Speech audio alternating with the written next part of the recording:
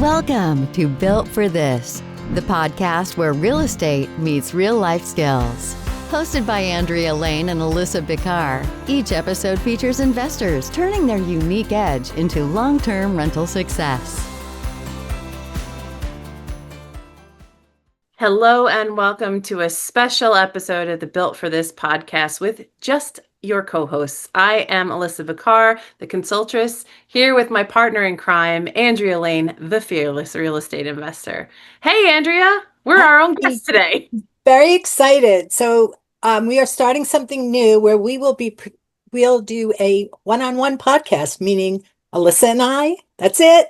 And we're going to talk about experiences in the marketplace that you may want to avoid. So today we're going to talk to Alissa actually about an experience she personally had with her first duplex.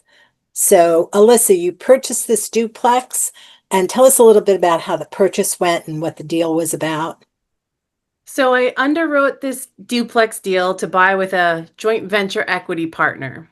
So we put aside the down payment money as well as renovation money we knew we were going to expect in one of the units to redo the bathroom. There was some leaking issues, whatever. So we had all our ducks in a row. We purchased the property in April, and then here we are 6 months later, and the property is almost stabilized. So when you got the property, were there tenants in both units? Yes. So one tenant was ready to leave and you knew it was going to take a little time to get them out. And once they got out, you were going to do the renovation. What was the plan? So the plan was both units were under market rent. And so we underwrote the deal based on current rent, not upside rent. So we were really conservative on that. But knowing that there needed to be renovation in the second unit, we were going to need to evict. Not only was that rent well below market value, but in order to get Section 8 tenants in at the current market rent, we were going to have to make sure the unit was updated, and so that we could not just do incremental increases over a long period of time, but kind of push the cash flow issue by investing the time to update the unit and then bringing in a new tenant. So was the tenant upstairs not paying rent? Is that why you were evicting them, or you just asked them to leave? They were on month to month at that point. They had been in there for a while, but we knew that there was going to be more and more capital expenditures needed if we didn't fix the problem. Gotcha. And in order to fix the problem, we wanted to fix the whole unit, not just the bathroom. Right. So did you actually have to go through the eviction process, or they actually left? We did. You had so you weren't expecting that to begin with, right? At first, we were assuming non-renewal and they would just peacefully go by.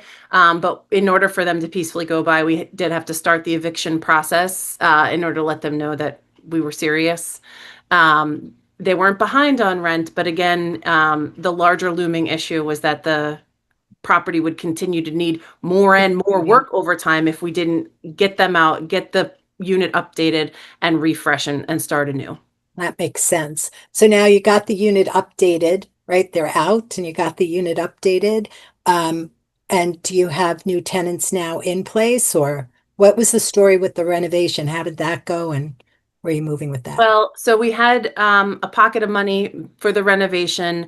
Once the tenant was out, we needed to do a bunch more than we anticipated. So scope creep, yay! So our budget we were over budget on the renovation. Once they were out, we did a little bit more than we needed to, but and it took a little bit longer. We had to hold it with a vacancy for almost 2 months. But we are now on the market leasing up. So we've got the worst behind us, but again, we had it was a little dicey having a pocket of money reserved for it and then going, oh, but we need to spend more than that. So you learned early, there's two things, right? There's unexpected changes that you have to do. And then you looked at it and you said, oh my goodness, we should do this while we're here. So that's where your scope has to be monitored and maintained so that you really don't allow it to go too far out of budget, but make it what's reasonable. That's a great lesson to learn early because that happens in almost every deal that I do. So I certainly understand that. So now the apartment's all ready and it's on the market. And what about your tenant downstairs? Were they still happily there and paying? Are they what kind of rent and that kind of? So the other unit was rented through a housing authority and was current and was pretty close to market rent. So our strategy for that was just to keep them in, keep them happy, and then increase rent at some point. But I learned along the way that because I was so focused on this eviction and renovation, I was not managing my own expectations of keeping tabs on that unit. So they had gone from acquisition up till recently without paying a dime. Even though they were through a housing authority, we were contractually obligated for them to pay. So, following up with the property manager, knowing that I needed to manage now the property management company because they've got a lot going on. But we did discover that the rent was back due from acquisition to current. So employing the services of the property manager and recognizing that there was a gap in payments, they went and sought payment, and we got a check in the mail for the full 6 months since acquisition. And that actually helped us out to offset some of that increase in scope costs for the other unit.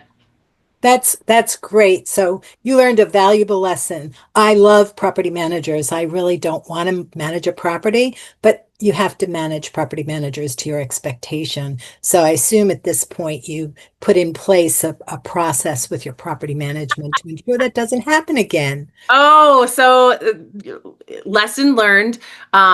Consistent meetings with constant metrics are really helpful. So not just having a phone call, hey, where are we? Are we all good? But knowing like I really have to be on top of the project and what's supposed to be happening. It's like in business, they say, well, the cat's away, the mice will play. And these, while property managers are really helpful and useful, left to their own devices and not being driven by the owner, if you're not managing it like a business, it will fall into the wayside. Like what if that tenant didn't pay and then said, "Oh, by the way, you can evict me." I would have been out that money for the 6 months worth of rent. And thankfully, I have a good property manager who was able to, renegotiate and recoup the funds. But what I should have been doing would be to have regular meetings with the team, with reviewing my property management statement. So I learned a lesson in how to upgrade my management of my business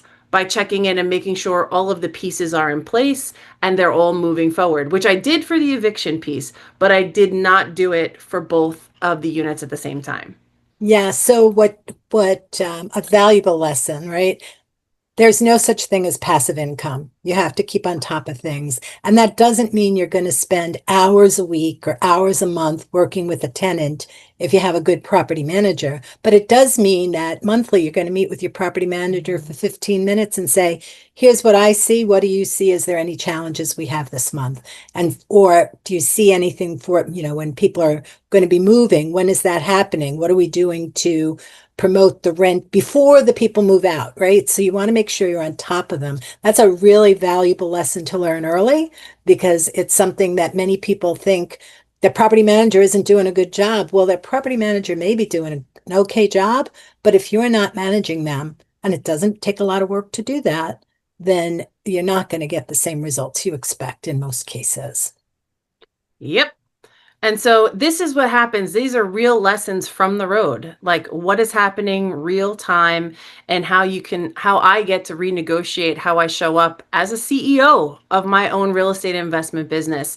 So, once you don't have to know everything before you get involved. I'd never acquired a duplex before like this, needing renovations.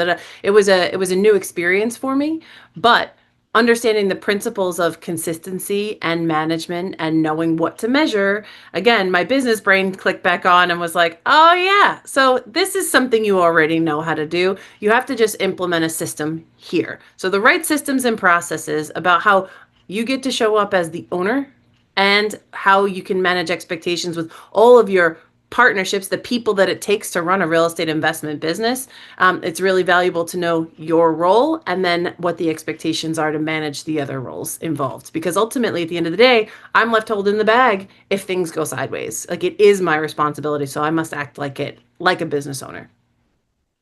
That's a great tip for everyone. Lots of good lessons learned. Well, thanks, Alissa. We appreciated you talking today, and I just had to ask questions. That's always nice.